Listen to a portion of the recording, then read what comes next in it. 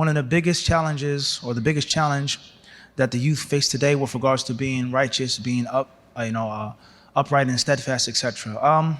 It's a difficult question. From my experiences, I would say from those biggest challenges is just the disconnection between father and son, mother and daughter. Whether it's because of language barrier, culture, just different generation, old school, new school.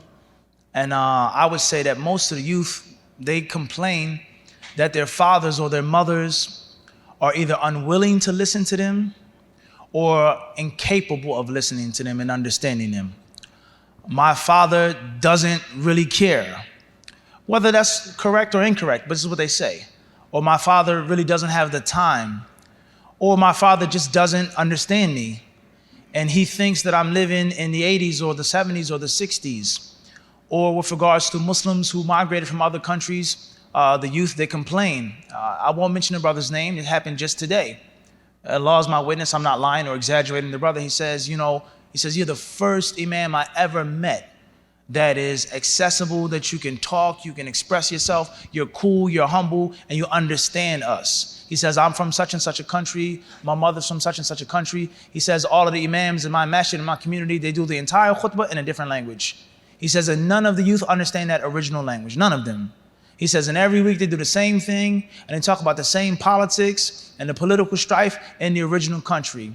So the guy basically was about, strangling me, giving me a bear hug, hugging me, kissing me, SubhanAllah, I'm so happy to meet you.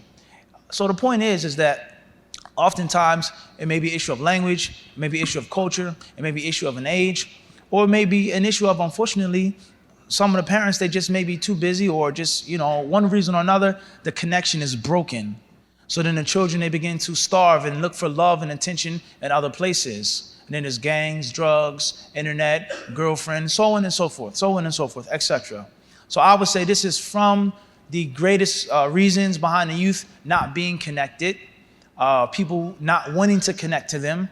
I remember when I was younger, oftentimes some older brothers would push you away from the masjid for one reason or another. Or those who wanted to connect with the youth, but they just didn't know how, which is not necessarily a sin.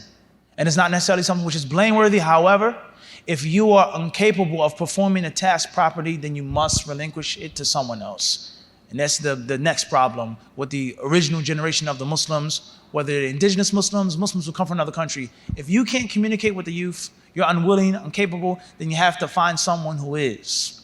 And Allah knows best. Jazakallah khair. And definitely parent and child relationships are extremely important.